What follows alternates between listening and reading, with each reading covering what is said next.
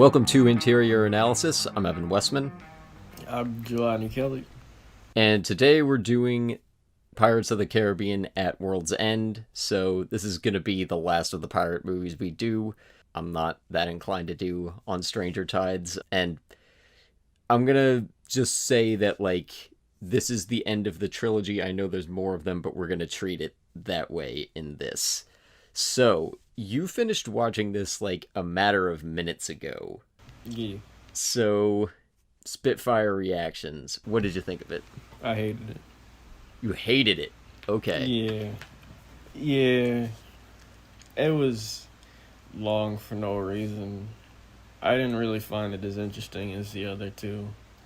There were so many parts that could have been cut out. It did not need to be anywhere near 3 hours. It's like each movie increasingly got longer and longer, and I was like, they don't need to be that long.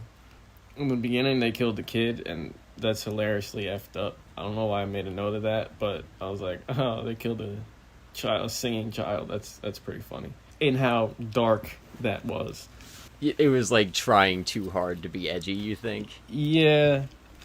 Several parts of it were. I think that's fair.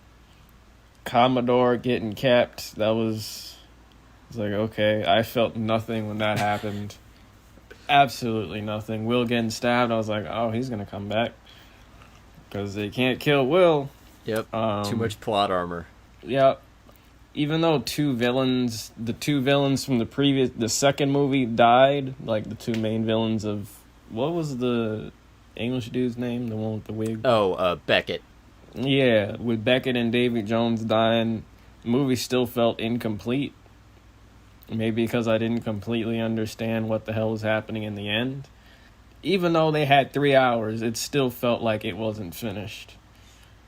Or at least the trilogy wasn't. I know there are more after. I don't know what those entail. I don't really care what those entail. And then once it got to the war part, I kind of just tuned out. With the ship war, I had no idea what the hell was happening, what was supposed to be happening. I was so lost, and Tia Dalma was a damn storm, and crabs at one point, and then a giant at another point. What? And then this person had the key, and this person didn't have the key, and the Pirate King, and the 9 pirate lords, and voting, and oh my god. And then Jack being in limbo, but he really wasn't dead, because they just brought him back without doing anything special, and oh my god, this movie. So you hated everything about this. Yeah, this movie was just, I didn't like it. I don't know if I'm surprised at that. I was half expecting this to actually be your favorite, although I'm not really sure why. I didn't really feel like anything was paid off. We are definitely going to get into that. You might be able to convince me otherwise through your points. No, I'm not going to try to convince you otherwise. So this was probably my 6th time watching this, and I was really disappointed. I used to love this movie. Mm-hmm. I the first several times I saw it, and I gradually liked it a little bit less. I don't know, I think I saw this when I was 17, something like that was the last time, and I was give or take it. But middle school, early high school, I loved this. This is actually my brother's favorite of the trilogy and always has been. And after watching this, I was I can't see. I understand what I felt as a kid watching this as a 12-year-old. Mm-hmm. Because it was it's such a ride. At least it was. And I remember it being that way. But watching it now, I feel none of that. And it's kind of sad. I'm so sorry to start this on such a downer, but unfortunately, I think the day has arrived that I'm too old for this movie or something. We're definitely going to get into the stuff you were talking about with how it doesn't feel satisfying, because I used to think it did, but now I really do bump on the ending. One moment I do want to talk about, the part at the end with the 2 British soldiers and then your favorite duo together. How bad was that for you? I don't even remember it. I might have put it out of my head. I was kind of checked out at that point, so I don't I think I know what shot you're talking about. Like, they were all just screaming, weren't they?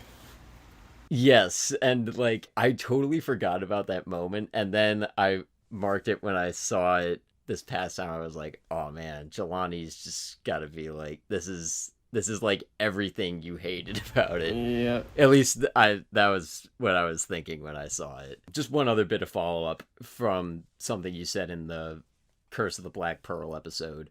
Mm-hmm. I rewatched the blacksmith fight scene. I didn't like go out of my way to do it, but Mm-hmm. I've been working at this restaurant where they have Curse of the Black Pearl and Jaws on repeat. What the hell? It's like a right off the beach restaurant, so they have a very like seafood vibe. So they have, yeah, they have Jaws playing all the time, and then Pirates 1 playing all the time. And like a couple days ago, the blacksmith fight scene was on, and I wasn't busy, so I was like, okay, I'm gonna watch this and see like whether I see the Jason Bourne thing you were talking about, and Mm-hmm. it's definitely there. I don't think it's as chaotic as Jason Bourne, but I see what you saw there. Mm-hmm. Any other initial reactions before we move on? No. Okay. So, to start with something, I'm going to say good. This is a good choice that was made, but one of only a few, I think. They do kind of make a theme of collaboration with this, which I think is the right move, because at the end of Dead Man's Chest, you've kind of created a rift in pretty much every relationship with the characters. Like, there's kind of a rift between Will and Elizabeth. Jack has effectively screwed over everyone at this point, even though he's dead now. Like, that sort of atones for it. But now you're bringing Barbossa back, and there's still a lot of bad blood between them. And then you bring in, right from the start, you have Sao Fang, who's, like, got beef with Jack. Oh, yeah, I forgot about him. Yeah, well, he's also not there in the second half of the movie, so Yeah. that's not that surprising. But, like, you right from the start, you have a whole bunch of conflict between all of, like, our protagonists, basically. I think it's fair to call them protagonists. And I'd forgotten about this line, or never noticed it, but one of the first lines that Sao Fang says is, "The only way for a pirate to make a living these days is by betraying other pirates." And I feel like that pretty much holds true. Actually, it very much holds true in the rest of the movie, both with the main characters and with some of the other pirate lords. Like, it is, I think, a really smart choice. Maybe not really smart, but it's a good idea to make there be so much conflict between all these people and make the whole goal of this movie to have all the pirates come together and collaborate to, like, you have genocidal stakes right from the start. I know you thought it was a little bit over the top the way they did it, but like they are bringing it in terms of scale. At face value, that's happening. So it's a fairly effective choice to have, like, the only way to survive is to unite. And even in this, like, the way things turn out with this, the main difference between the pirate side and then Davy Jones and Beckett is that the pirates unite, and Davy Jones and Beckett basically end up splitting. Like, they're at odds with each other the whole time, and that ends up being, it's not really what causes their downfall, but it is a difference between the two. So the problem with that is I didn't feel like there was any real resolution, and I take it you didn't either. There's that scene where they're like all hoisting the colors and all the pirates are united and all that, but it really does not feel earned. Nope. I don't think, which is, it's not a deal breaker, because again, you know, I watched this 5 times and never questioned that at all. But if you actually take a look at it, I don't think those, like, conflicts are ever actually worked out. No, absolutely not. And you'd think trimming the fat with some of the ridiculous and flat falling jokes that they had, they'd have time to hash out their issues with one another, because it's supposed to represent, like, major countries of the world, right? Yeah, well, you're talking about the 9 pirate lords? Yeah. Yeah, they are kind of like they're trying to pull from like all different groups, You but I got think Africa, yeah, Asia, specifically France for some reason. I think Spain was in there. it doesn't even like those characters are really only there for a couple scenes. I think you could have maybe created some kind of conflict between the pirate lords and in the one scene with the Brethren court, like they don't exactly get along, but we also it wouldn't take a lot for us to understand any kind of conflict. Like it would come up just in that scene if there was a rivalry between the two groups or whatever. Mm-hmm. But the conflict that is really more important to this is between the characters that we've already met. And they build on it. And this is going to lead us pretty well into the next topic, which is that this is just way too damn complicated. Oh, yeah. Side note, I'm so sick. They did this in every goddamn movie where it's like, okay, you give me him and I'll trade you this person. Okay, now this person is a part of this crew, but what are their true intentions? We don't know. Every major character across all three of these damn movies did that at some point. Is that supposed to be compelling? Like, I think yes. Literally, I think the phrase "Do we have an accord" is used around like 5 to 10 times, and most of them are probably in this third movie. I was done by the time they got to that one. It was a really cool shot, like all this water around this one strip of land. That was really cool. Like, the parlay scene. yeah, but then it was like, okay, now we're gonna do what we've been doing all three of these movies. Let's trade humans. Let's trade lives. I'll give you Jack. You give me Will. Will is like over there, like, oh no, I'm a badass now. I'm part of this crew. I chose to be over here. It was my right as a pirate and all this. And then as soon as Elizabeth is like, yo, come over here, he's like, oh well, she said, you heard what the lady said. Like, bro, oh my god. It's yeah. Although while we're on that scene, bit of a tangent, but the guitar riff leading into that, so sick. I don't remember most of the music. I only remember the main theme, but okay, you gotta go back and listen to it. Parlay by Hans Zimmer is a freaking amazing track. But yeah, that I don't even know where to start with how complicated this movie gets. Like, as I've said, this is my 5th or 6th time watching this, and I gave up after pretty fast, I would say. You know what? I think I gave up like as soon as Will struck a deal with Sao Fang. I don't even understand what all the deals are. It's like yep. Will is supposed to betray the other pirates to Sao Fang for some reason, and I don't even understand why. And then, like, while they're at Davy Jones' locker, I think Sao Fang strikes some kind of deal with Beckett to, like, hand over the pirate lords, but why would he want to do that? And that might have not actually have been what he did, but the fact that, like, we don't know that's a problem. And then that scene right after they get back from the locker where you've got, like, the Endeavor, the Pearl, and then Sao Fang's ship all lined up next to each other, and there's, like, a conversation going on. It's like Jack and Beckett are on the Endeavor making some deal. Will, Barboza, Elizabeth, and Sao Fang are on the Pearl, I think, and they're all having some kind of negotiation. Like, I was like, holy cow, what is happening? Yeah. Like, even if there's a cohesion to it, it's way too fast.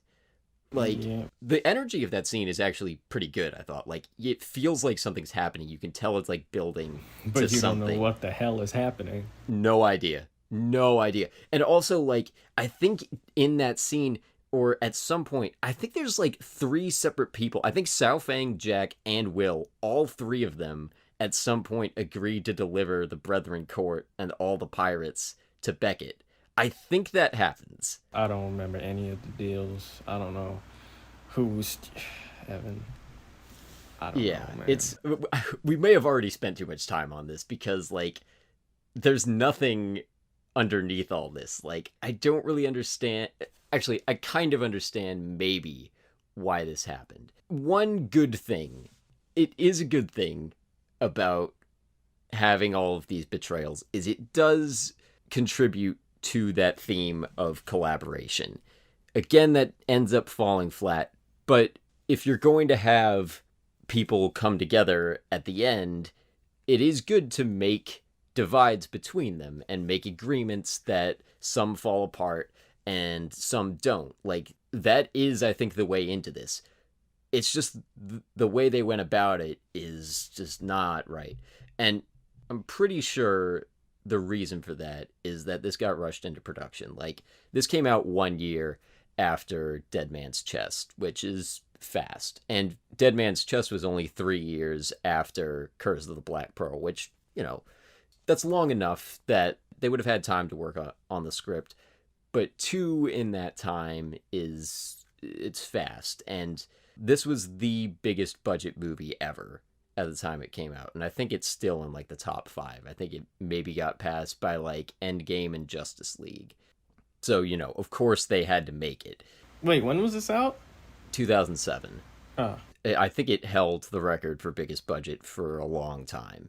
Of course, that's also subject to inflation, but in any case, a lot of money was put into this. So they needed a return on investment. Well, with that war scene at the end, I can see why. Yeah. There's just a lot happening there. Like I said, I checked out. I don't know what the hell was happening there. I was just waiting for the point where it was inevitably gonna happen. Like, you have the war scene, and then it gets cut down in numbers, and then you just get to the part with all the main characters towards the end of the war scene. It's just like, okay, here we go. I'm back. Yeah, well, the thing that I've never fully understood, like, even when I was younger watching this, when I still liked it, I've never understood why it's just the Pearl and the Dutchman having it out with just the 2 of them. I didn't even realize that.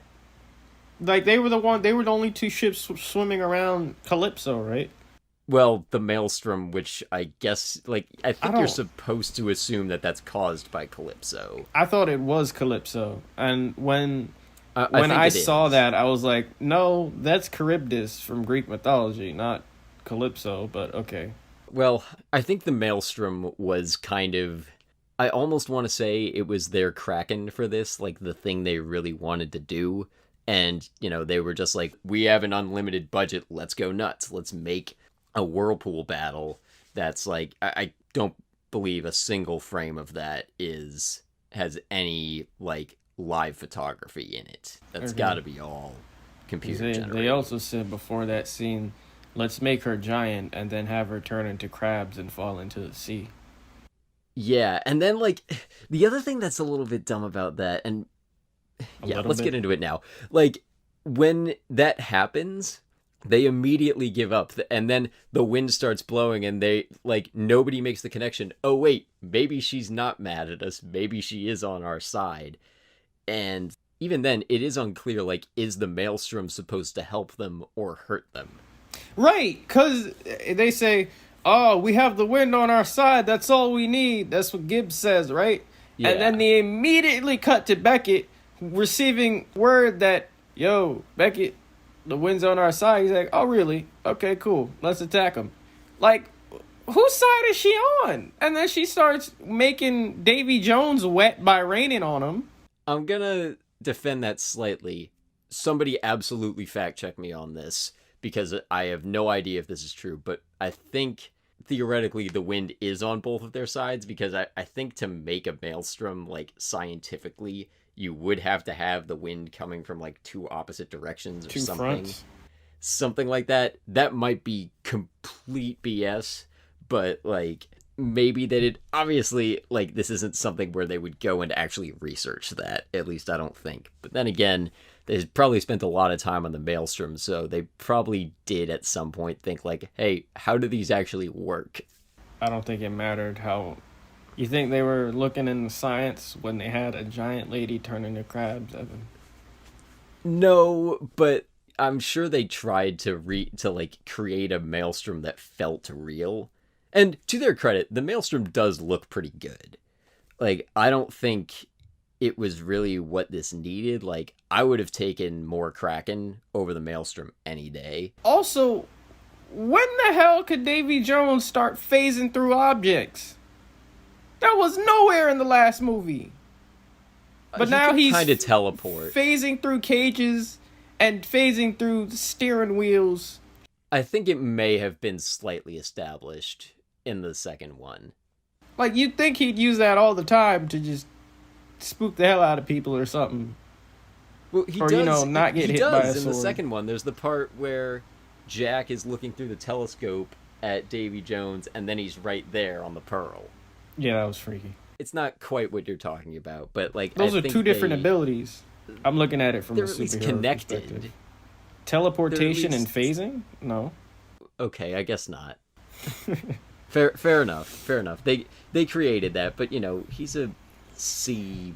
It would have been cool to see him use his abilities more, I guess. Okay, but those effect shots have got to be mad expensive, like True. Him phasing through things. I mean, they could probably only do it. They did have a big budget. That's true. That and the giant lady turning to crabs. I'm not gonna get over that. But he also, for some reason, he was more menacing in the second movie, Davy Jones, because in this one he was kind of just a pawn until he killed dude. That was freaky as well, where he just choked a dude to death and put his tentacles through the dude's brain, his face tentacles. Yeah, that was. I knew you were gonna have a reaction to that. That was like a fatality without the blood, like, bro. Yeah. I mean, it was cool, but like, Jesus Christ, the movie's PG-13. That's. I wanted a little more of that kind of Davy Jones. From this. Like he was way more badass. I forgot how little of him there is. Yeah, and this one he was just everybody's pet because everybody had his heart at one point. And that was another thing. Too many damn MacGuffins still. And with everybody, I think at some point in the story, every major character wanted something different, and that did not help the story whatsoever. To tie it back to the complications we were talking about, the motivations, I think, are the main cause of that. Because everyone does want something, which, you do want that for your story. Like, a lot of what makes a character is what they want. And everyone kind of has a reason for wanting it, but like you were saying, I think it does switch for people at a few points.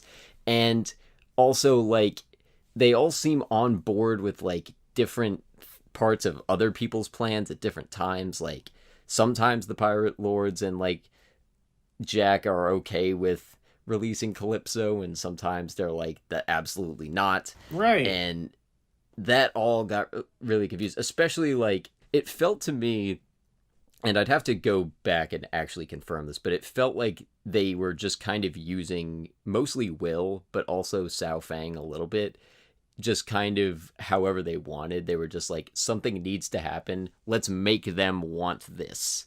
Especially this. Will says, I need the pearl to save my father. I don't think that's actually true. Like, nope. How is that going to help him, aside from just having a good ship? And he didn't need it in the end anyway, because he just became the captain of the ship, so. Right, and was he trying to make a deal with Davy Jones? Like, Davy Jones didn't ask for the pearl. There's been enough damn deals. There had been enough of those. It's too much. And the thing about it, too, is, like, it really is the reverse, I think, of the second movie. Because, like, we kind of said in the second one, the plot is serving the characters maybe a little bit too much in that one. Mm-hmm. Because I think we both said, like, that one feels a little bit inconclusive. Like, this doesn't feel like an ending exactly. Mm-hmm. And that's what you would hope this would deliver. So in this one, it feels like the characters are at the mercy of the plot, which you normally don't really want that. You want them to feel the same. But for the end of a trilogy, like, of course, if you have to choose one, you should choose plot over character. The problem with that, I think, is they went to an ending that, like, why was that the ending they picked? I don't get that. Let's get into the ending. So, because I don't know what happened. I'm gonna explain it how I saw it. Will became captured the ship of the Dutchman, and he only got 1 day out of 10 years. Wait, let me finish. 1 day out of 10 years to spend with somebody, and that day had already come, or he gets the one day at the beginning and then waits 10 years, because he was with Elizabeth on the beach, and there was that really, really creepy ass scene with him breathing on her leg and her enjoying that before. Yeah, that's after about that. as much as they could get away with in a Disney movie. What was the point in that? I just assumed We're gonna get into their relationship in a bit. I just but keep assumed going. because of that they were just screwing each other all day, but then he still did that, and then they cut to her face, and I was like, wait, what's happening? And then they went back down and showed he was still near her leg, and I was like, is any of this necessary? And that question was never answered for me, but I just assumed no. I mean, the answer is probably no. So then they just looked at, they kissed each other at the end, and that was it. Like, I guess he was going back to the Dutchman to be the Dutchman. Yeah. And she was going back to whatever. I don't know why she doesn't just become part of that crew. But there was that, and then Jack Barbossa left him on the deck again, and I'm guessing Barbossa needs to go back. No. He was off at sea with the compass, and I don't know where the hell he was going. I guess the Fountain of Youth, because I know one of the movies is about the Fountain of Youth. It is, the fourth one. So the fourth one, just to summarize it for you and give a little bit of, I don't know about context to the ending, but to show you where they went a little bit. Like, the fourth one, they do go to the Fountain of Youth, and it's just Jack, Gibbs, and Barbossa are the only three characters that carry over. And I won't get into more of that, mostly because I haven't seen it in a while. I have heard that Will and Elizabeth do come back in the fifth one, as well as their son. They have a son. Yeah, so that's actually part of this movie. It's in a post-credit scene. They show, like, Will going back 10 years later, and then Elizabeth is with their, like, 10-year-old kid. So they did do it on the island. Yes, but that's maybe in a post-credit scene. Maybe him breathing on her. I did not stay for the credits. As soon as I saw the two writers' names or directors' names, Ted and Terry. Yeah, Ted and Terry. As soon as I saw that, I closed out of it, because I didn't even know they started doing post-credit scenes even back in 2007. It was actually back to 2003. They have one in all three of them. They have, in the first one, it's like the monkey going back to the cave and getting a coin, which is like supposed to be part of how, like, it was Tiadama brings Barbossa back. Okay. Yeah, I guess. Yeah, and then in the second one, they show the dog being king of the cannibal island, and in the third one, it's the one I was talking about, where they show, it just shows, like, the Dutchman appearing, and then Elizabeth is, like, walking on the beach with their kid.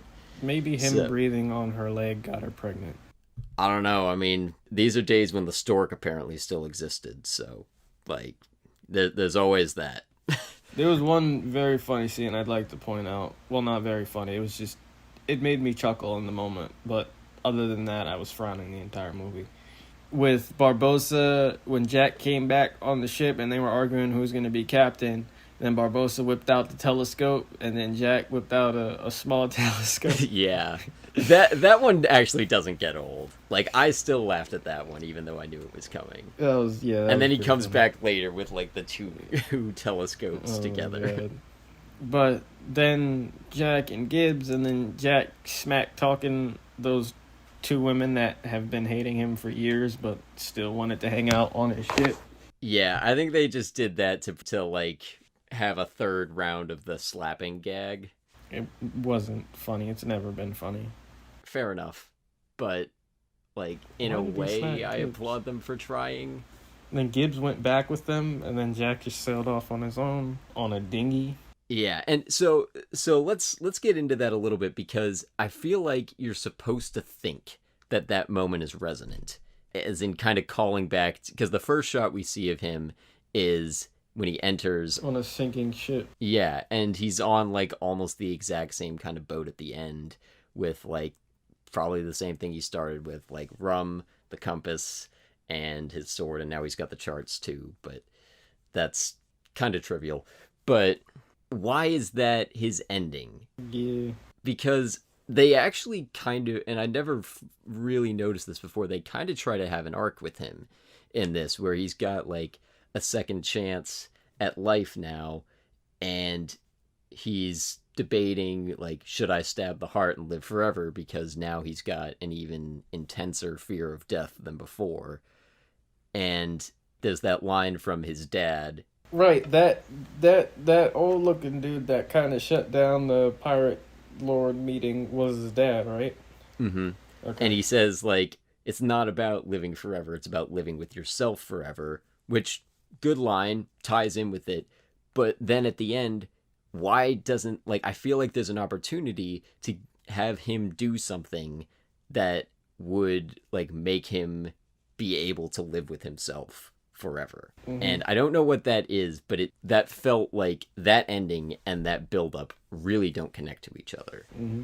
I don't know if you have more on that, but it felt like a big missed opportunity. There were a lot of the whole movie was a missed opportunity. It really was. Let's drag it back a little bit while still talking about the ending. So I want to talk about specifically the like climactic moment where Davy Jones stabs Will, and then Elizabeth and Jack have Will, like they like puppet hand Will to stab the heart. So that is like, I didn't used to have a problem with that moment, but now I really, really do. Because they made this like perfect situation where none of the characters have to choose anything. Right. And I didn't think of this when we talked about it the first time, but it really is the same problem, I think, that we had with Ready or Not with Alex. Like, everything leading up to that could have stayed the same. Not that it should have, but it could have stayed the same. And you just make one of them choose to stab the heart and take one for the team. Mm-hmm. Like, I don't understand why that didn't happen, because it would have just made it so much stronger. And there's so many reasons for them to do it. Like, in that moment when Jack is hesitating and he's like, you know, he has Davy Jones's heart and is like, you know, threatening to stab it. Why is he waiting? He wanted immortality. Right. Well, and see, that is a thing in it too, because if it was a struggle for him and he was being indecisive about it, like, then create a situation that pressures him to choose more. And Will getting stabbed is not that situation. Nope. Will being threatened might be. Because the moment that Will goes from being alive to being dead, now, of course, they have to have him do it just to save him. Mm-hmm. And also, another problem with that is, why do they have him stab it with that, like, sword when he always promised to stab it with the knife that he got from his dad, which is right there, and he just, like, leaves it. Like, I don't think it would have been that strong, but you're having, like, a symbolic object stabbing a symbolic object. Why do you not do that? It's not a prophecy per se, but it's a promise that he intended to keep, and that would have been, like, a thing where he's like, you know, I'm gonna stab the heart with this, and then he actually does stab the heart with it. I don't understand why this was the ending they wanted. You know what would have been cool, I think? What if Elizabeth stabs the heart in that scene? Yeah. Not with that exact situation with Will being dead, but, like, that almost feels like a better ending to me. I don't really know why. Her being a pirate, I mean, at least that's more interesting. Yeah. Permanently a pirate. Yeah, or Will choosing to do that because, you know, at the beginning of the first movie, he's, like, aggressively anti-pirate. Then, by stabbing the heart as a choice, it would make him, like, have a full arc and embrace being a pirate. And I think that's what they wanted. Like, he comes back from the Dutchman in, like, full pirate getup. Yeah. They're visually trying to show us, like, he's a pirate now. If Elizabeth would have stabbed it, she would have had, like, a lot of title. Like, daughter of the ex-governor, pirate king, pirate lord. And new Davy Jones. I don't know what his job title is. Captain of the Dutchman. Yeah, like, I don't know if he's supposed to be the devil or not. I've never quite understood that. Like a Grim Reaper, he's supposed to guide the souls to wherever the souls are supposed to go. That was really unclear as well. Like, Wait, okay. I didn't understand this either. So they got Jack back from the dead off a beach because apparently that's where the punished go. He was the only one on the island, though. They got him. It was just like, first of all, how the hell did they get there? Yeah, they fell off the quote unquote edge of the earth. So, like, you're telling me the dead are just like in a different part of the world? Like, what sense does that make? And they just brought him back. They were just like, hey, here's his. There wasn't anything about souls or spirits or anything. Tia Dalma, I know, mentioned his soul was taken as well with the Kraken or whatever. And I was like, okay, so we're gonna see him in some place. Maybe they got to do a ritual or something in order to get him back. They were just like, nope. Go to where he. Death is a location on this planet in this mythos. Death is a location, so let's just go get him. You're meant to think of it as a physical location. It's That's like exactly what it looked like. Because then of course rides, it looks like that, but he rides the ship that I wasn't sure was his imagination or not, because he was effed up. And then he rides the ship on the crabs, and the ship falls into the sea, and he's just like, all right, let's get out of limbo. Like, what? And then what confused me even further was the governor, ex-governor. Well, he was the ex-governor, right? Kind of. I don't know if he ever got stripped of his title, but clear. Governor Swan. Yeah, sure. He was riding by on the dinghy. He was like, all right, Elizabeth, I'm so proud of you. I'm going to tell your mother I'm proud of you, too. I'm going to tell her you're doing well. And he just kept floating on the thing, and then there was the shot where more boats were revealed, and I was just like, what? Where are they going? He said to ride the sea in eternity. How is he going to find the mother in the sea of eternity? And well, I mean, odds are they'd bump into each other at some point. An eternity later. Yeah. It is not fully fleshed out world building, for sure, though. And then Elizabeth is trying to get him, and Theodon was like, no, she can't leave the ship. But y'all left the ship when you crash landed in Limbo, didn't you? Like, yeah, that's true. What? I never thought of that as a contradiction. I guess I always just took it as a given, like, I guess if they're here, the water is dangerous, and they're like, if we stay too long, we're going to permanently die, or whatever. Then nobody looked dead, Evan. Yeah, and the thing that's really selling it for me is when they say, like, oh, we're out of rum and water. Well, if you're actually dead, why do you need to, like, sustain yourself physically? Right. Because it doesn't seem like Jack did. So, I mean, yeah. He was licking stuff. I don't know why, because I think because Johnny Depp, honestly, is the answer. He was supposed to be dead. Like, if he's dead, why is he trying to eat? Like, that was so confusing. He was eating. So how did he end up in limbo and then was just taken out of limbo? Like he was given a new body or something. Like, bro, I'm trying to look at it from a world, like you said, world building perspective, and that makes none of that made any damn sense to me. I thought it was going to be way more interesting than, hey, let's go. Yeah, now that you're mentioning that, I really feel like the priority with this movie was take advantage of the budget and do, like, the 3 big water stunt moments where they're going over the edge of the earth, the up is down scene where they flip the boat, and then the maelstrom. That feels like what they wanted to do. They spent way too long with him in limbo, too. That could have been cut down at least by 10 minutes. In the very least 10 minutes. Like, him talking to himself and... Mm-hmm. The first hour of the movie has a lot more extra time than it needs to. Yeah. And, in a 3-hour movie, that's... everything that's precious needs to time. everything needs to be useful to the plot in a 3-hour movie, because that means... or at least, like, you'd want it there. And I think, like, I used to enjoy the scene with the multiple Jacks. Like, seeing Johnny Depp mess around with other Johnny Depps is kind of fun the first time you see it. At least I thought it was. Maybe that was the point where we realized there is such a thing as too much Johnny Depp. Yes. But yeah, it does feel like a waste. So to bring it back to, like, the ending with just why it maybe is a problem, like, I don't think it's that far off from what it maybe should have been. Like, if you have the characters end up where they do at the end, that's not a bad thing in itself, but it's why they get there that is the problem, I think. Because there's not really a good why. It's like, really, it again, I think goes back to robbing them of choice. You know, Mm-hmm. just to kind of close out this topic, like, I think what happened with this, and feel free to disagree with me, but I think the reason the movie ended up the way it did is because anytime they saw a plot hole or something that they needed to justify, they solved just that problem.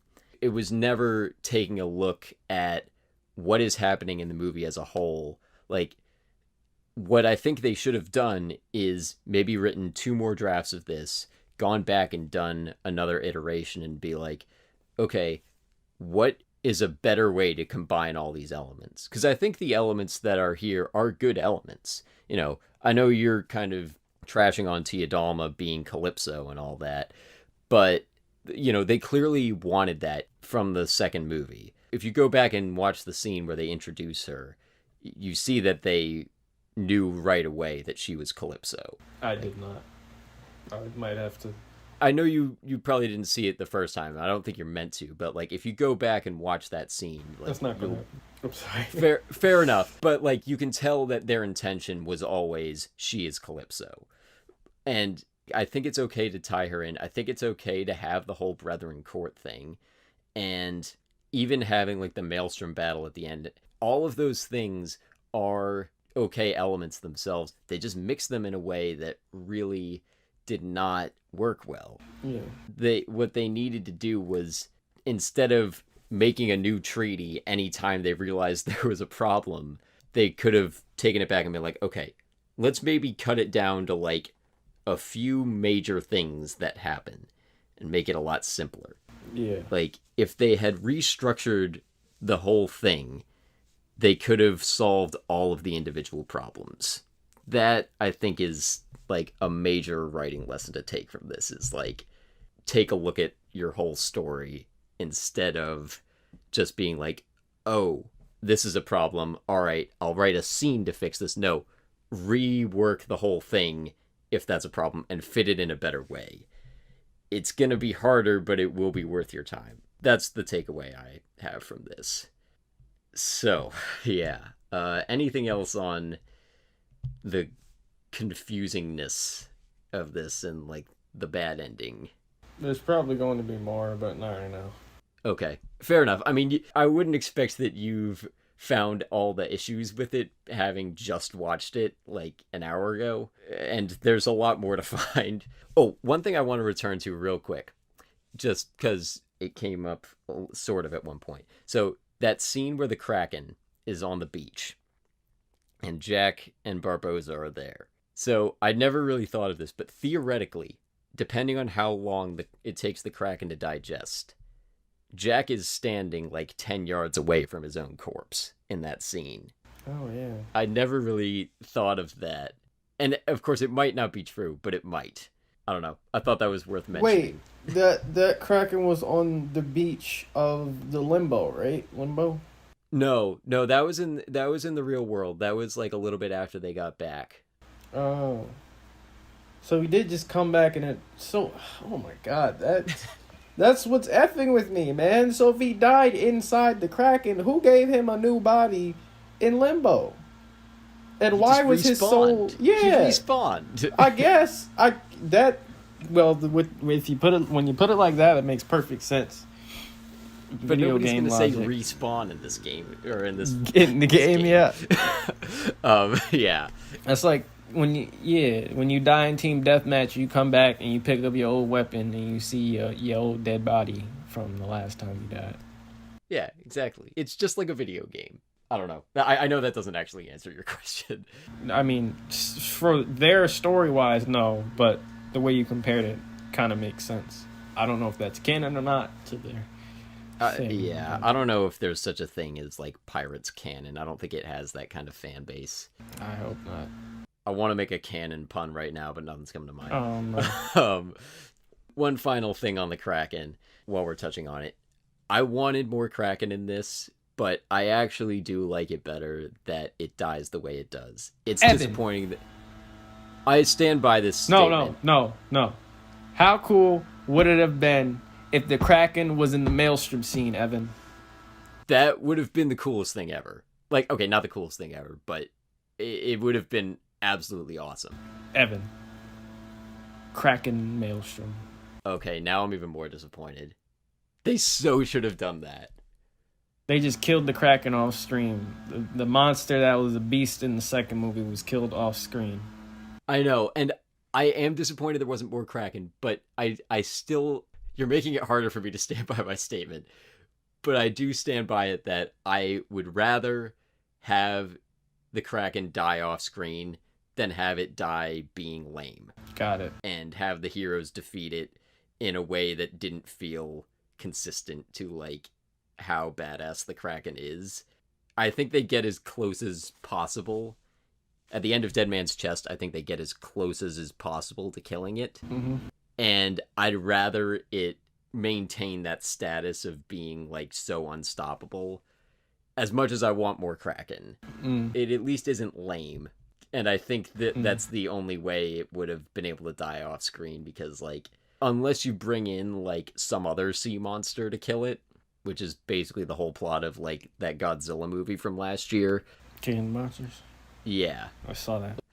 I have seen clips. I kind of thought about seeing it, but, like... It was a really cool kaiju movie, but other than that, I don't think anybody has ever cared about humans in those movies.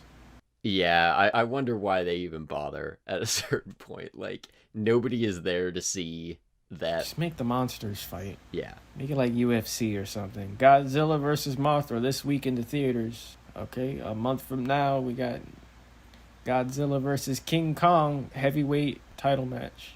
Something like that. That sounds like the biggest budget YouTube series ever. I don't know what they're going to do with Godzilla versus Kong, but I also haven't seen any of the movies leading up to it, so I don't care.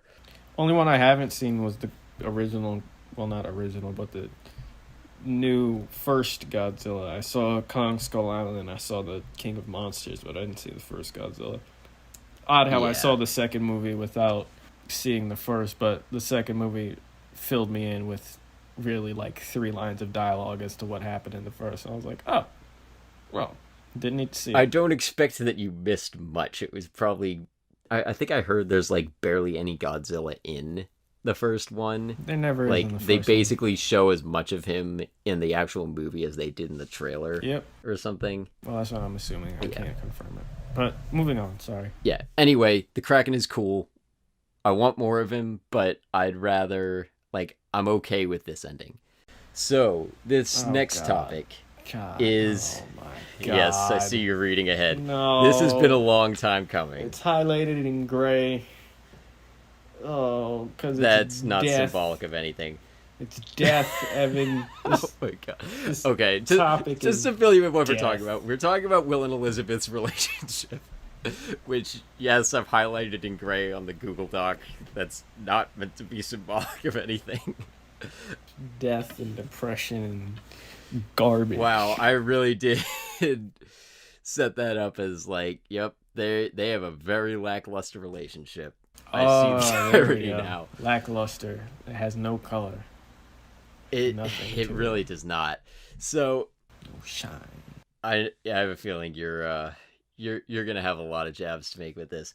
I kind of meant to mention this when we did the first one. So in like 7th grade, I think I watched the first movie, or at least part of it, with a friend, and there's that scene where like we first see Will and Elizabeth as adults, and they like say hi, and he's like, "Oh, good day, Elizabeth," and then my friend goes, "Oh, they like each other," and he was just kind of kidding, like in the moment, but literally that's all they do. The entire 3 movies is like basically that moment. Nothing.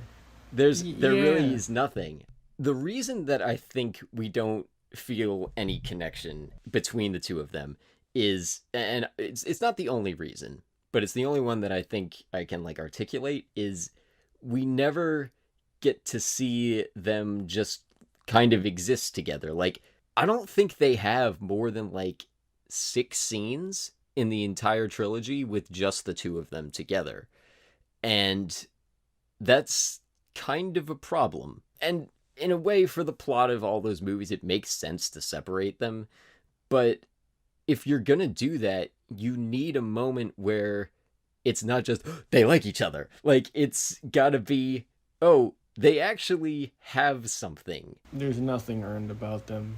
They're just two attractive people Exactly. that are forced story-wise to be attracted to each other because there's literally no other lady in the series. Everyone else in the movie has, like, no teeth. Yeah, so that too. It's kind of like process of elimination. That's like when Nebula said in Endgame, your choices were either him or a tree. Like it's kind of like that.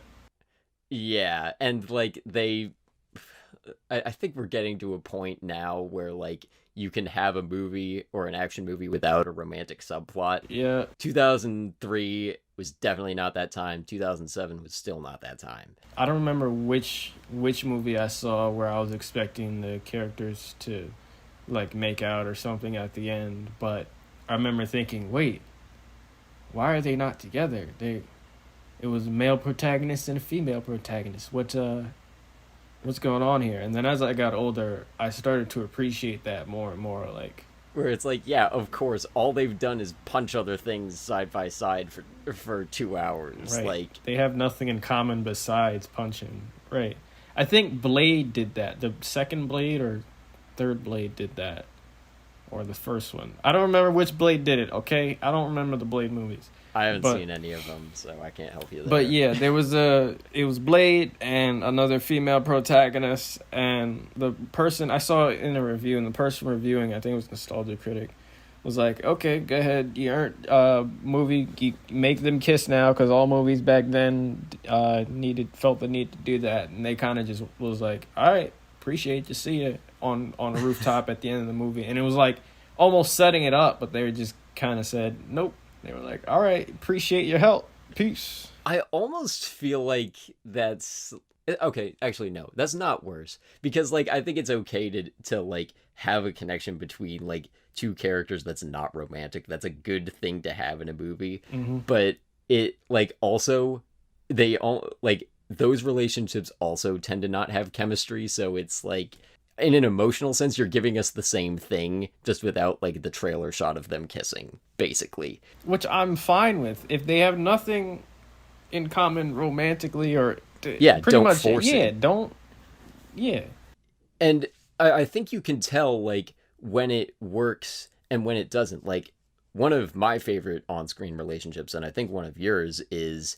the Andrew Garfield and Emma Stone. Oh, God, yes. Spider-Man and Gwen Stacy. Like, they have so much chemistry. They were dating during the movie, but even without that.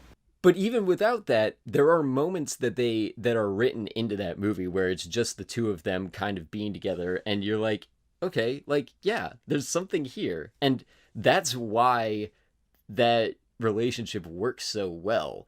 And I think we both want to talk about those movies someday, so maybe we'll save some of that. Add that to the list. Is that on the list? Yeah, if it's not, we need to add it. That's something where and even, I know we both hate it, but even the 2002 Raimi version, there are moments in that, like, there's still not chemistry there between the actors, but there are moments where we have Peter Parker and MJ together, being awkward, but at the very least, you can say that on paper there's a relationship there.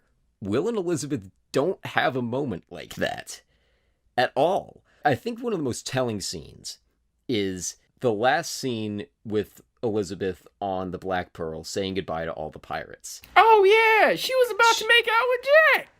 Well, yes, that too. But also, that's its own thing.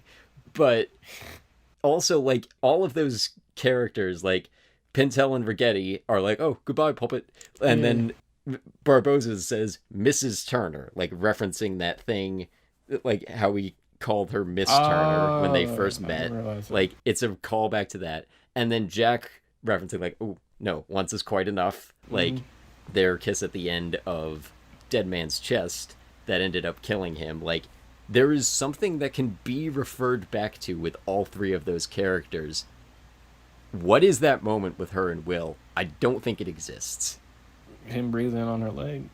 That was Which is something. in the last minute of them being together. That was like something, wasn't it? They felt a connection, spiritual connection from being on the island, and the leg breathing, it went from her shin to her knee. Yeah, it wasn't the wedding. That was when they knew it was real. Oh my God, the wedding. Bro, Evan, don't get me started, bro. Oh, I'm about to pop off on this movie right now, bro.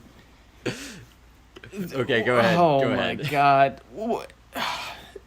Okay, first of all, when I'm not expecting, or when I'm like, for some reason, my heart skipped a beat when he said, "Elizabeth, will you marry me?" In the middle of the fight, my heart skipped a beat, and I said, "What?" like it was a jump scare from a horror movie. I was really confused in that moment. Like, physically, I reacted. I was so confused when that happened. I thought, during the course of this movie, across all three movies, I could never tell whether you two actually liked each other. Unless they say it at the end, or you're just stupidly smiling at each other. Their eyes are bright and they're smiling, so they must. She has made out with every major character in this movie besides Barbossa and the villains. She made out with Commodore. Close. She made out with Commodore before he died. She made out with Jack before she killed him. So maybe she just had the kiss of death, and maybe Will is really just the only one for her. Maybe that's what they're trying to say. Like, she's death to every dude she makes out with.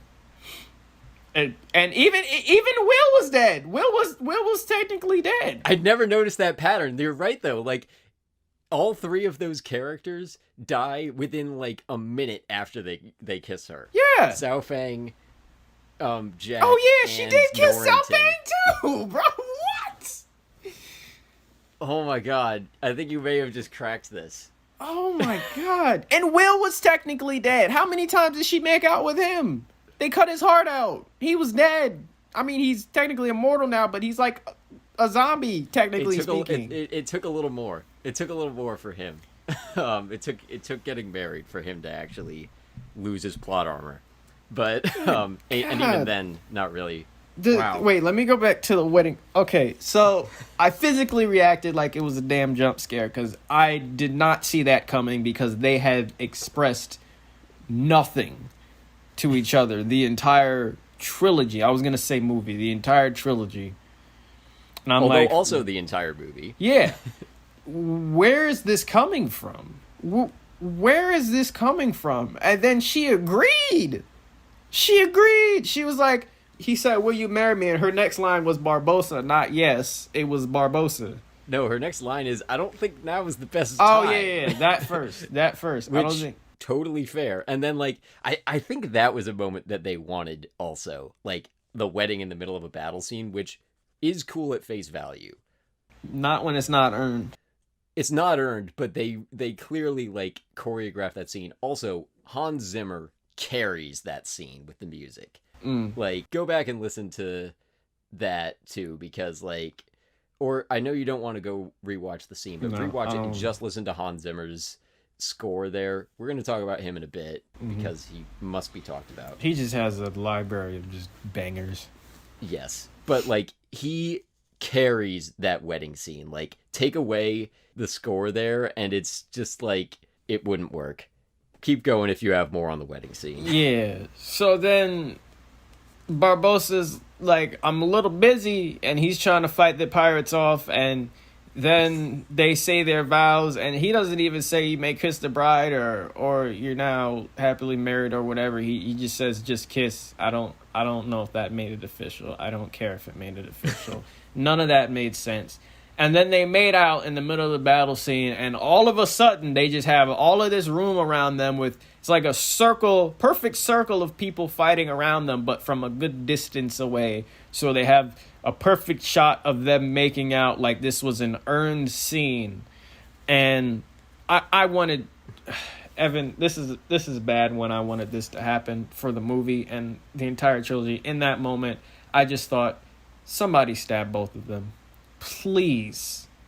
Yeah. Please. I know it was not going to happen because it's Disney and they don't kill their protagonist unless it's a parent. Oh, very true. Very true. So, and then I thought, just now I thought, if somebody would have stabbed them, that would only happen in a spoof movie. And in those spoof movies, those are just not clever or funny. But in that moment, I really, really wanted both of them to just die. I wanted them to be stabbed in the back. I did not care for either one of them across any of these movies. And the fact that they were thrown together because they were both two good-looking people made this even worse. And that kissing scene, I was hoping Davy Jones, somebody, stab both of them. Maybe both of them at once, like a freaking shish kebab, like through the Will's back and through Elizabeth's front, and like make the sword come like out they of her do back. to the pirates in the Black final Pearl. battle of the Mhm. yeah. Mm-hmm. Please, somebody end their suffering, because clearly they don't care enough about themselves to be marrying each other. Yeah. There's issues. The thing that really stuck out to me in this is they have not talked since the end of Dead Man's Chest. I think there's a line to confirm that. But like also before that happened, I think it like there was one moment where like they looked at each other and you could just tell like they have not worked out any of the problems that have come up with each other. There's like 3 times I think that Will betrays Elizabeth, and maybe vice versa too, although I'm not sure. That never gets addressed. And like Will is kind of choosing between his father and Elizabeth, and they acknowledge that choice. And then there's a scene where Elizabeth's kind of like, oh, it's okay. Like, I get it. It's a losing battle, but I was like, why don't they make that more of a choice for him? That could have been played up. But also, why is she okay with that? Like choosing his father over her? Yes. Yeah. Like his father, who he like doesn't know very well, which granted is probably why he wants to save him in part, but it seems like there is so much for them to be in conflict about. And like that scene where Will gets traded for Jack, the island scene you were talking about a while back. Mm-hmm. After that scene, everything's cool with them. But I'm pretty sure between like the last time they saw each other and that point, there was a lot that Will had done that she could have been legitimately pissed about. Like, yeah, they were about to go to war against each other were it not for that trade. There were so many. Like, it's a bad thing for your quote-unquote romance couple when I cannot tell at any point in the movie if they are still romantically interested in one another. Like, when I saw them interact for the first time in this movie, I thought, wait, do they hate each other in this moment? Or, like, they're just kind of confused. They're like, oh, like, yeah. I mean, the plot says we should be together, but, well, I don't know. Like, I thought she was going to be pissed off at him for something, or I thought he was going to be mad at her for something. I don't know what I thought. Like, the fact that I'm confused shows how much they just didn't need to. They had a kid, and the father's out. That's even worse. You got to think about that. They have a 10-year-old, and the father is not in the picture for 10 years, and then one day out of those 10 years, he comes back. Say, hey, champ, you doing all right? Okay, 10 years old? All right, I'll see you in another 10 years. Comes back. Yep. Hey, champ, 20 years old? You off to old English college? That's what's up. All right, I'll be back when you're 30, when you're probably married and have your own kids. I'm looking forward to being a grandfather. If not, I'll be back when you're 40. Yeah. Well, also, he in that time will have spent the first 40 years with his own dad, so maybe something happens then. I don't know. Like, I hadn't even thought about them parenting. Like, that brings a whole nother level to it. I actually was thinking this time that their separation at the end is kind of perfect because maybe it's the only way that their relationship can survive. I don't think it should survive. I think the relationship should be thrown off of a cliff and then struck by lightning. Harsh, but they're fictional characters, so here's the thing though, like in the first two movies, especially the first one, I think it's okay that they don't do a lot with their relationship in the first one. But the problem is, if you're going to try to convince us that they have this like epic romance together, then you actually need something there. Like, there's never a sense that the two of them actually like they never even reference like some time from their past except for the meeting scene that's the very opening of the first movie. Did the actors hate each other? I remember if you told me that last time. I don't know, but in any case, it's not there textually. I don't really feel a lack of chemistry between the actors. I feel a lack of any effort put into their relationship in the story. It might have been a little bit of a cheap thing, but maybe reference something that happened in between the first movie and the second movie. Like Elizabeth mentions, like, Will taught me how to use a sword. Okay, maybe have a moment in a fight scene where he references some move for her to do, or they practice some choreographed fight dance, like at the ending, where they've actually like they have something that they've done together. Like, it's something has to be there. Nope. Apparently not, but like something should be there. Somehow I bought it as a kid. Oh, but yeah. I guess it's maybe not so surprising because, like we were saying, it's just like it always does happen that like the hot guy and the hot girl will get together by the end of the movie. And unfortunately, that's a trend that has not totally gone away, although I think we're moving away from it a bit. Maybe this is confirmation that it shouldn't be a trend anymore. If you're going to have a relationship in your movie, actually put in some damn effort. Like, that's the lesson from this. Do you have more? No, I'm exhausted. I'm physically exhausted after talking. I'm a little bit exhausted myself. I didn't expect that to happen, but, well, it did. Okay, so let's move on to something better. Yeah. The best thing about this movie. Hans Mother freaking Zimmer. This guy is just every note in this movie is where it should be, I think. The only time I noticed, and I'm sorry, sad to say this, but only time I noticed and I did add Parlay to my watch later list on YouTube.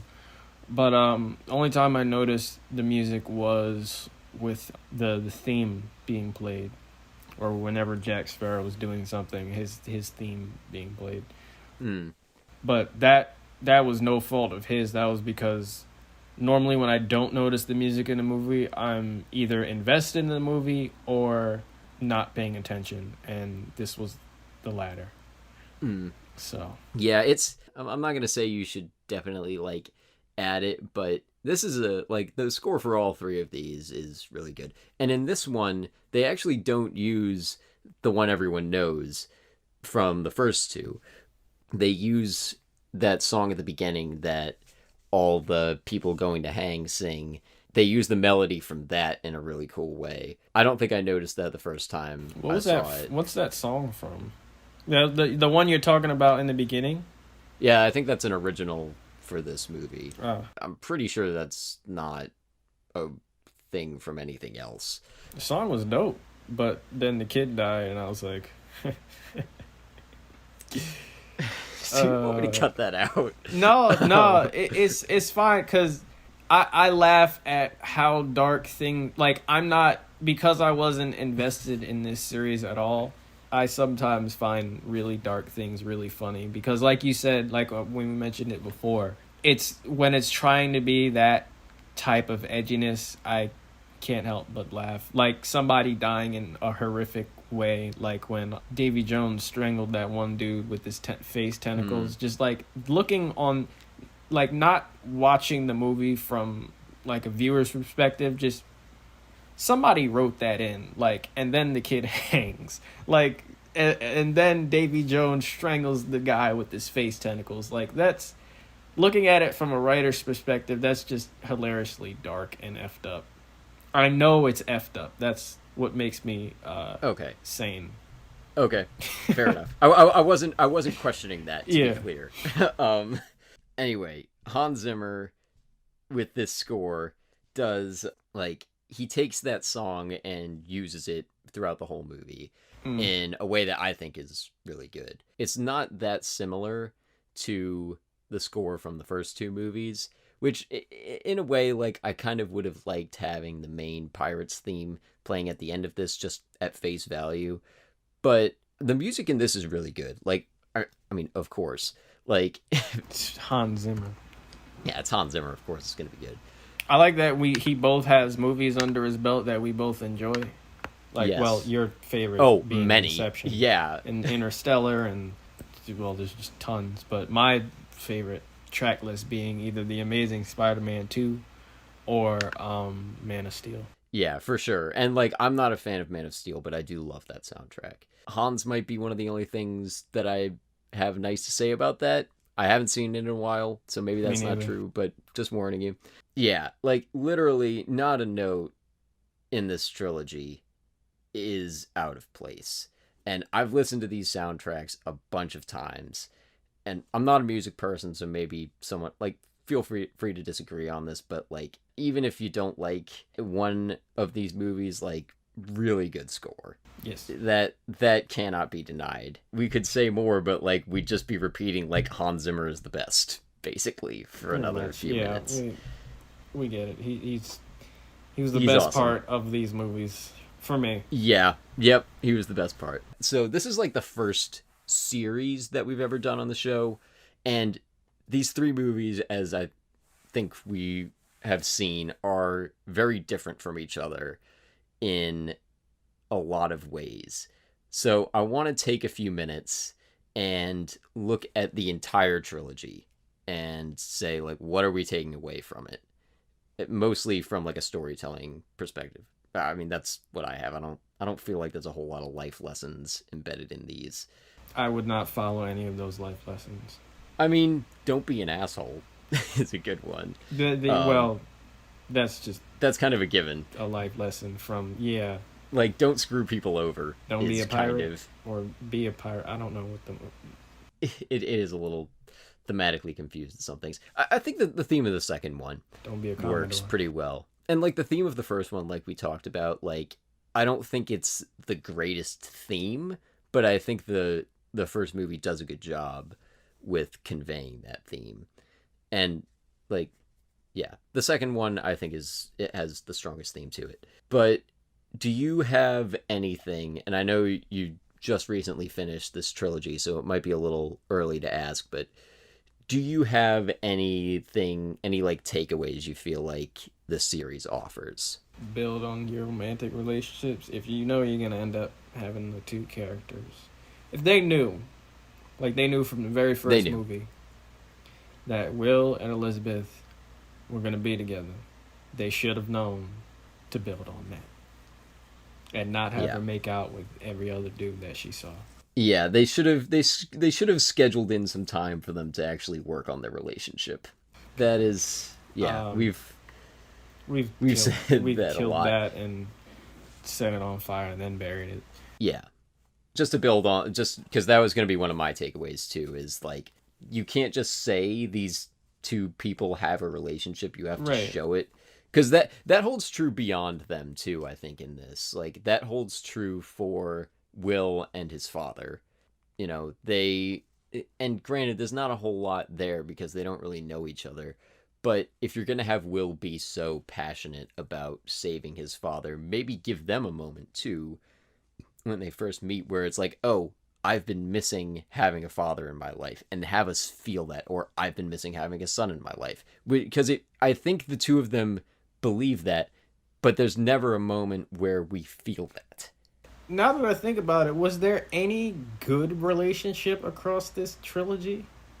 I mean, I feel like the relationships that characters have with Jack, they aren't, like, emotionally resonant, but they feel correct. No, I mean, like, emotional. Like, I feel like Calypso and Davy Jones' relationship was more believable than Will and Elizabeth. Yeah, which is not a good thing. That I mean, it's Jack good that they spent a little time working on it, but Jack they and his should damn have done father had a better relationship than those two. Yeah. Well, that's also helped. A little bit of trivia that most people who have seen this might know. Jack's father is played by Keith Richards of the Rolling Stones because he was kind of an inspiration for the Jack Sparrow character to begin It's with. like an homage. So that was yeah. I don't know if that was a reference that people would have noticed like Nope. when they saw it in theaters in '07, but I know that's been pointed out by many people. Maybe that's why they actually bothered with them. And you're probably going to disagree with this. I think there is a little development with Elizabeth and Governor Swan. Yes. I don't think that's a very That's strong okay. relationship, It was but better there are than- moments. Yeah. There are moments where they have. Dear old daddy. Yep. Yeah, I felt They that at a least little have bit. scenes with each other. Yeah, Sorry to I interrupt felt you. They that- at least had scenes with each other I felt that were about their relationship. with him dying and her trying to chase him off the ship, I felt that was way more earned. Yeah. Yeah, that was way more earned. Lessons from the entire write a complete ending for your trilogy if you know it's going to be a trilogy. I mean, they had 2 more movies after this, but this was supposed to like mark an end of a overarching story. Mm-hmm. Yeah, I think to be fair, they didn't necessarily know it was going to be a trilogy when they wrote the first one. Mm-hmm. But as we said in the Dead Man's Chest episode, they absolutely knew there was going to be a third movie Mm-hmm. when they wrote that one. Oh yeah, I feel like they were already in production by the time that second one rolled around for the third. I think that's almost for sure. I don't know that factually, but I would be surprised if that wasn't true. I don't know. I'm exhausted from tearing this movie apart. Okay. So. I have a few other lessons I see as takeaways. One is if you make something enjoyable, there is an extent to which its flaws can be forgiven. I think that holds true in the second movie the most because, like we said, Dead Man's Chest is not perfect from like a structural standpoint. But I can tell that the writers and director wanted and really cared about some moments in that, like the 3-way sword fight and the Kraken. And I also enjoy those moments a lot. So if they had to do some maneuvering to get there, I'm okay with that. I think that's true of a lot of people's reaction to Endgame. Like, I think you've said this before, like, you don't really care much for the first half of Endgame, or at least like maybe the first 2 hours, but it has such a good payoff that it's worth it. I think you're not the only person I've heard say that about Endgame, and that's kind of my feeling with it too. So that I think is a takeaway. Like, not that it should be where you start, but if something is fun, you can get away with not doing all the story work for it. Not that that's something you should do, but it's something that maybe is worth knowing. Mm-hmm. Second takeaway, and this is kind of tied in, it's okay to be complex, but there should be something underneath that, like something satisfying. It's one of the reasons I love Inception so much is that that's a very complicated movie, but there are reasons, like once you unpack it all, you're like, oh, I see it. Whereas with this movie, like we didn't even try to unpack the complications because, you know, it doesn't lead to anything satisfying. We know there's not really anything there. It doesn't feel like the writers were even trying to unpack it themselves.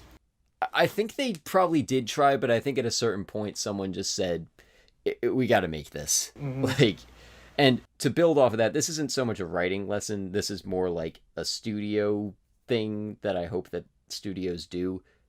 Give people time to write. At this point, I don't see how... Yeah, I forgot Disney might have cut the writing thing short. Yeah, and they clearly haven't learned their lesson because look at Rise of Skywalker. I know you haven't seen it yet. I know but I've heard it's a hot pile of trash. Yep, it is. And I was feeling so like this was the first time I'd seen this since Rise of Skywalker, and I felt some of those same vibes here. I was like, man, you can tell that they were like trying to make this on a very tight schedule. Like in Rise of Skywalker, what they do is like anytime the plot needs to go somewhere, they're like, okay, introduce a new character, introduce a new MacGuffin, and have them do another side quest. And that's not the case here, but I think just swap that out with introduce a new betrayal, introduce a new agreement between two Yep. people, and like it really does not work. Mm-hmm. Another takeaway, like to tie it in with that, take the time to like figure out what is the best setup for this story. Like for all the things that are said about structure models, like and like even on our show, they can be a little bit basic. It can feel tiring to like go through all of that, but it really is worth your time to figure out what version of the story is going to be best before you start writing it. That's something I'm doing right now. Like I've been talking with one of my professors the past couple weeks, and I want to start writing this thing, but from the conversations we're having, I know that it would be a waste of time because I'm not ready to yet. Like I need to find what the right version of this story is, and I think watching At World's End has been a great thing to remind me of like what the consequences of not doing that can be. Mm-hmm. I mean, if you're good at it, though, you sound like a planner. There are planners and there's pantsers, Evan. And then there's something in the middle I like to call plantser, where you do both. Yeah, and that I think is a constant struggle with writing that is hard to see sometimes. Mm-hmm. And that's kind of been one of my arguments for trying to write this. I'm like, maybe if I write something, I'll find an element that will end up solving all of these story problems, but I won't find it until I write it. Yeah. So, Mm-hmm. yeah, so that's totally valid.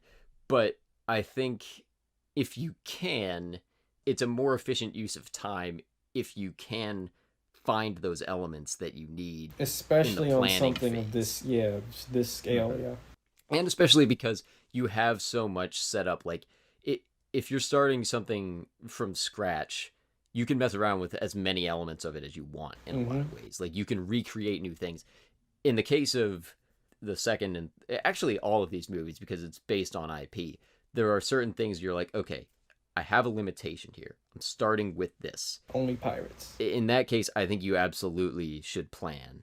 And I fully agree with you, and like it wasn't really part of my original point, but I'm gonna add it on to it. Don't be afraid to take those things that, as you say, come like with the pants kind of writing, like off the seat. For those who don't know, that's referencing like the phrase "off the seat of your pants." Yeah, improv. Like, yeah, like something that you didn't really think was gonna happen, but it works in the moment. I think that would have worked. So, to connect it to myself a little bit, I write dialogue based off of the characters that I know I'm writing. So because I create all my characters, I know what the characters are and what they might say in a moment. So I can use both of their, if there's like two people talking, I can use what I know about each character to see how one would react to the other saying something in a moment. And that's how I improvise my dialogue.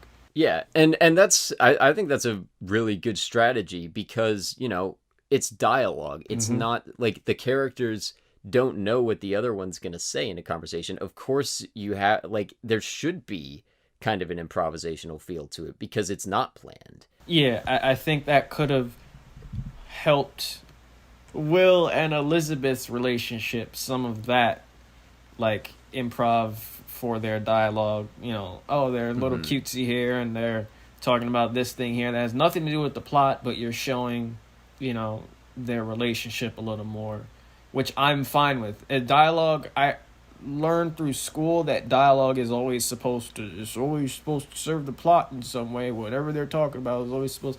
I don't believe that's entirely true because as long as you're like showing, developing the characters further through dialogue, that's fine as well. It doesn't have to be, oh, hey, Elizabeth, did you hear about Davy Jones' chest?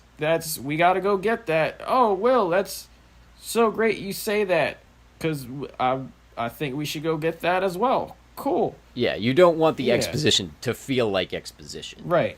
But I think to tie it back, something you said earlier, you were saying like, I have a sense of my characters well That enough too. that I can just kind of write dialogue off the cuff. And I don't know what your process is, but I would expect that before you can get to the point where you can write that dialogue off the cuff, you have to do a lot of work with those characters. Exactly. You have to take the time to do that. Yep. And that's something where if you rush something into production, granted, these are established characters that didn't really have two a lot movies. of... Yeah. Like, so they wouldn't have, like, that's not, like, they should have had a sense of how they talked before this third movie. But you need to take that time. Yeah, and you don't even, like, now that I'm thinking about it, you don't even really know what their personalities are. They're just bland. How do you improv something for a character you don't know anything about? And that leads into another point I was going to make, which is that you need to make your characters have personalities and motivations. Mm-hmm. Both are important because, like, I think these movies are such a good example of that, because personality without motivation is, I think, Jack in, like, the later movies, even really Jack in the third movie. Like, there's a lot, like, that whole bit with him in Davy Jones' locker, there's no, like, motivation there. That's just Johnny Depp being Johnny Depp. Pretty much. For a little bit. Weird And, you know, stuff. that can be fun, but you can't make a whole movie of Johnny Depp being Johnny Depp. That was Charlie and the Chocolate Factory. I haven't actually ever seen that, Yep, but that I was- believe it. I liked it. I liked it as a child. It's pretty intriguing. I was not allowed to see that as a kid. Really? But I read the books. Yeah. There was some reason that was, like, taboo among, like, parents in my parents' circle for whatever reason. I still haven't ended up seeing it, so I don't know. We should add that to the list. Well, I don't know if maybe, I you... don't No, know. yeah, I don't know. No, forget it. Feel free. Like, I love the book. Mm-hmm. So, like, that was one of my favorite You books. might want to watch the... I haven't actually seen the... What was it? The old one? Gene Wilder? Gene Wilder. I was going to say Gene. I watched that a lot as a kid. Yeah. For some reason. We never owned it, but Okay. I saw that a lot for some reason. Okay, so you did see the original. So, yeah, to compare it, might need to do a comparison episode or something. That might be a interesting thing to do, yeah. Yeah, I've never seen the 80s. You've never seen the remake, so... Okay, yeah, let's definitely earmark that. Anyway, back to, like, personality without motivation, I don't think you can have. And like, Jack Sparrow, I think, is a warning for that in a lot of ways. You also can't have the inverse, which is motivation without personality, because then you get Will and Elizabeth. You need both for it to be a character that feels real.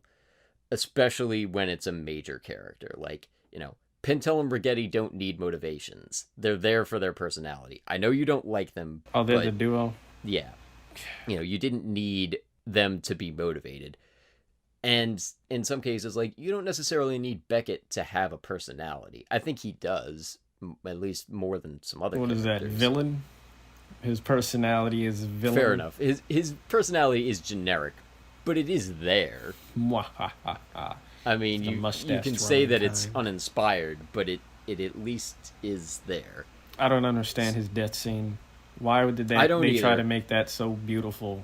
It's like his ship is That exploding ship around blowing him. up looks gorgeous. The context around it, I don't know Made what no we're sense. supposed to get from it. Like, that he just gives up. I feel like that should have been for a more deserving villain, like a villain we were maybe rooting for, or Like Davy Jones. Barbossa, Or Barbossa, yes. and back in the first movie. Yeah, Barbossa has a good death in that. I do wish we'd gotten more, like, badass Davy Jones in this third one. He was great. I may have already said that, but Mm-hmm. oh, I know you hate his accent, but Bill Nye, he's so fun. Okay, other takeaways.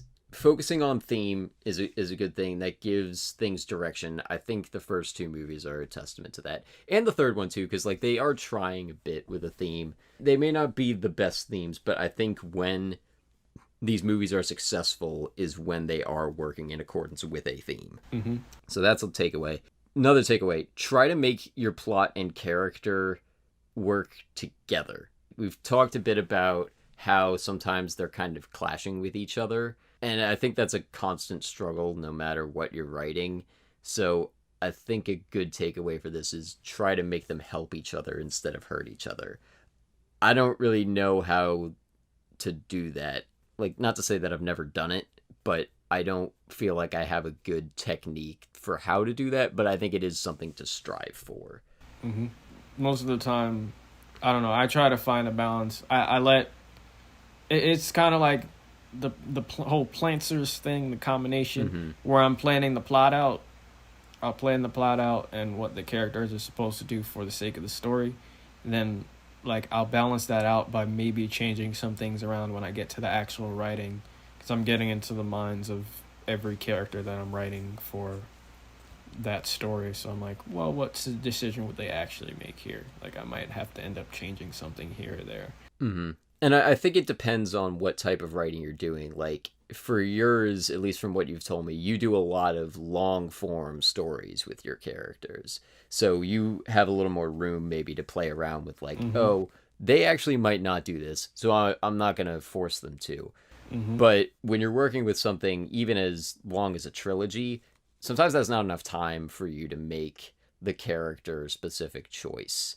Like, or at least it. Well, they had plenty of time in this damn 3-hour movie, but yeah. Yeah, I think it's a constant struggle, but I think it's important to know what medium you're working in, whether you can afford to focus on plot or character.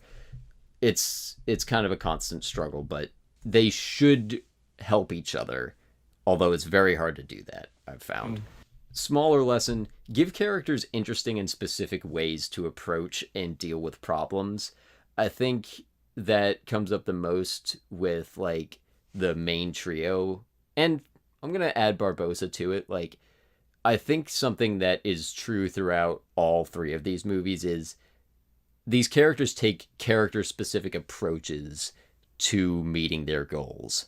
And I'm not gonna take the time to cite too many examples, but I think that is something that this trilogy does pretty well. I liked seeing Barbossa alongside the protagonist in this.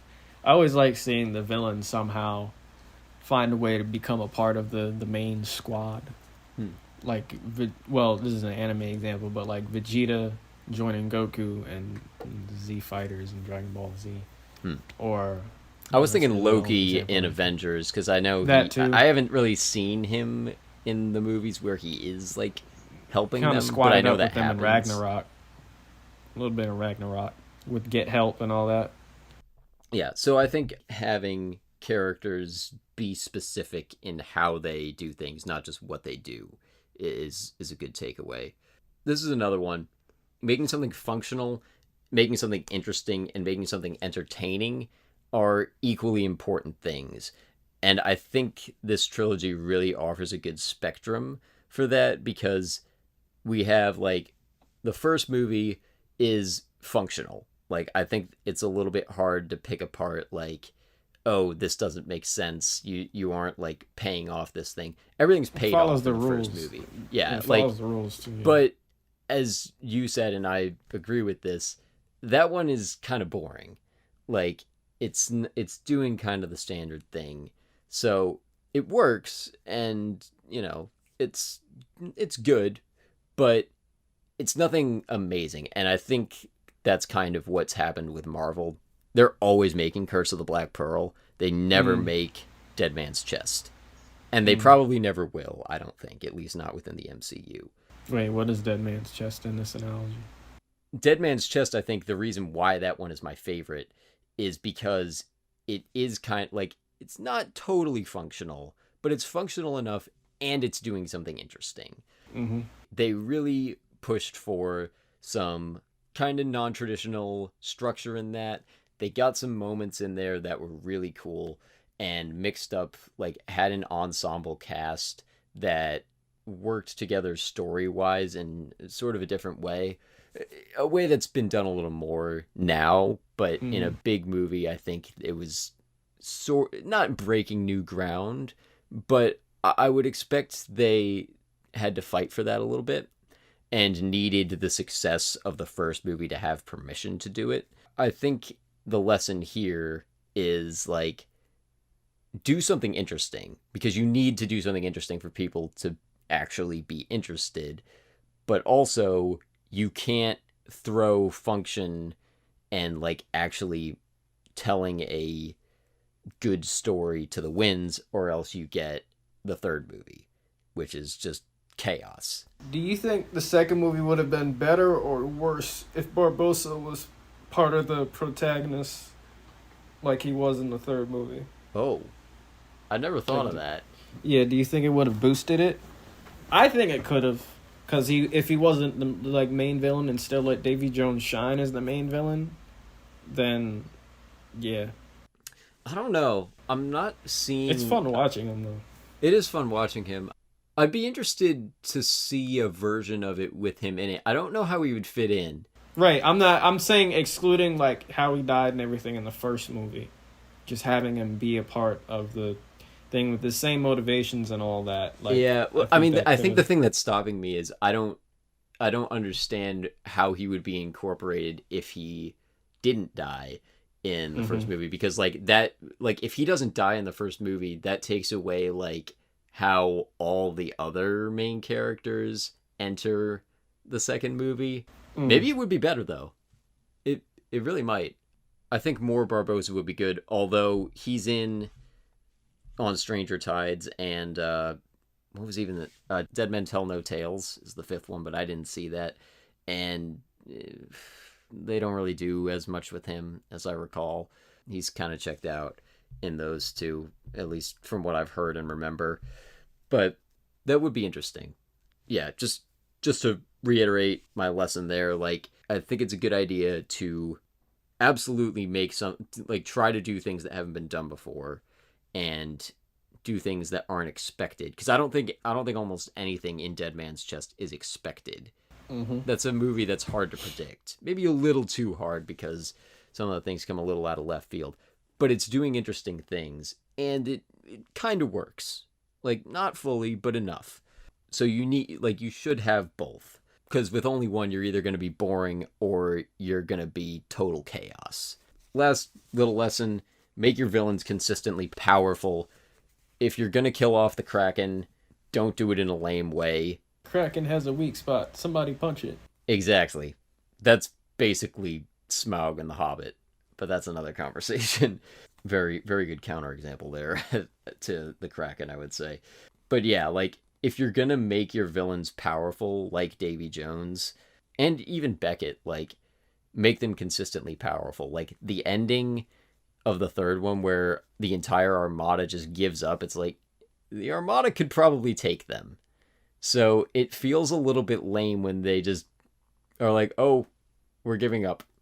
And granted, the pirates have, like, control of the sea on their side now, that Will is the new Davy Jones, but so maybe you can buy that. But even so, it's like, you set up this entire legion of ships, and then we just are expected to believe that they're gonna back off. And that, like, don't do that.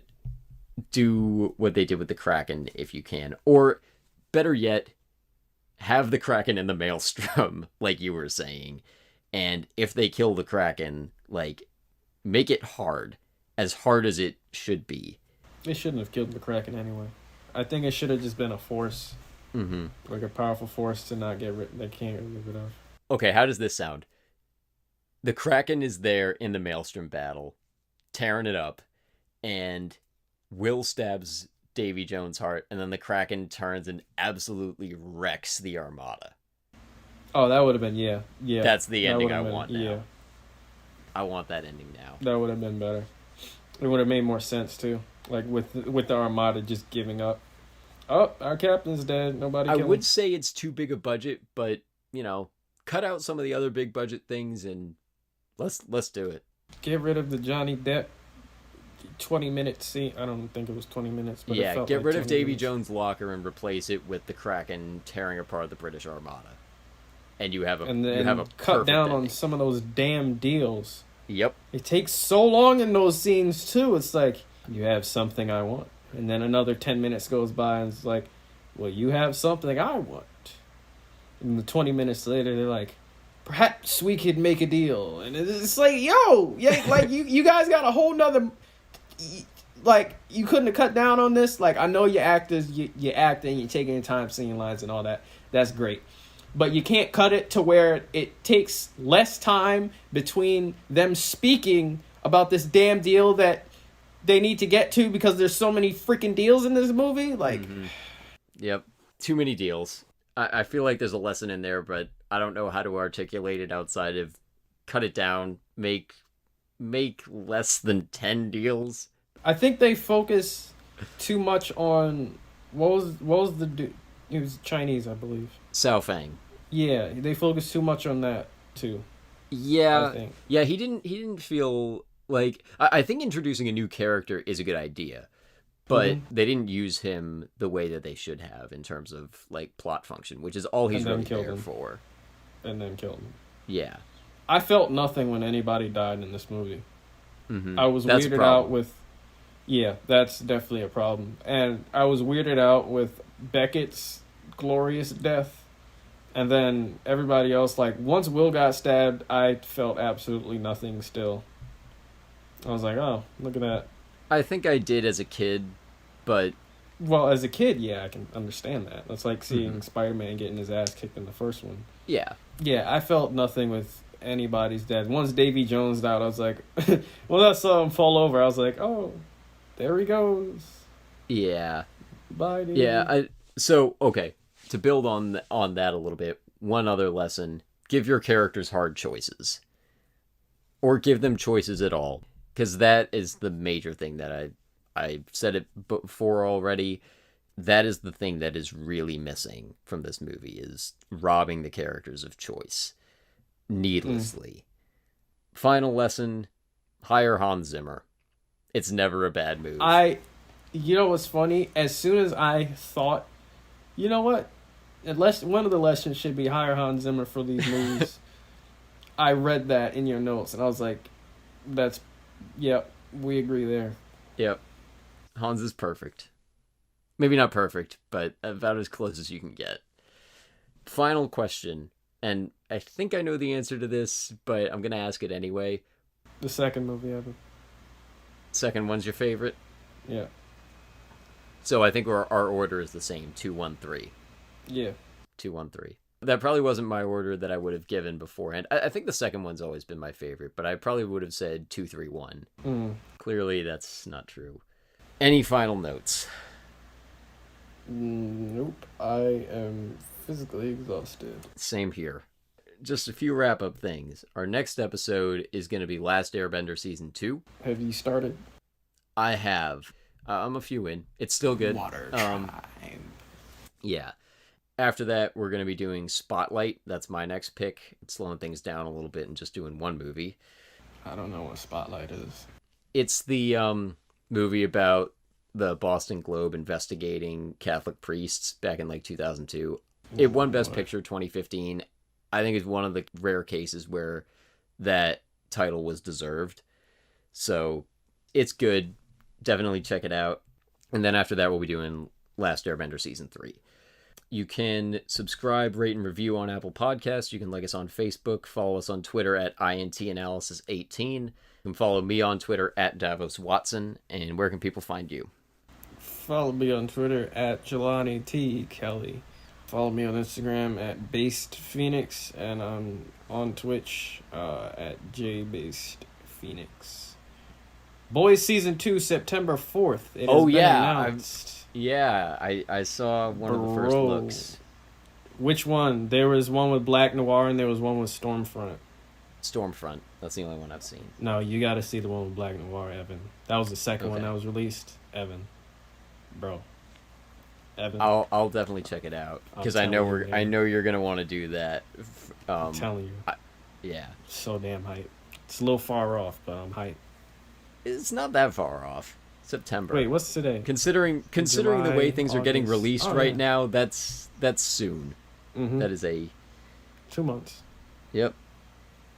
We're gonna have to do Tenet before that, but hopefully, if it When is that allowed to be released, they're saying August 12th right now, but We can't that's go to been the pushed theater, back though. a couple times.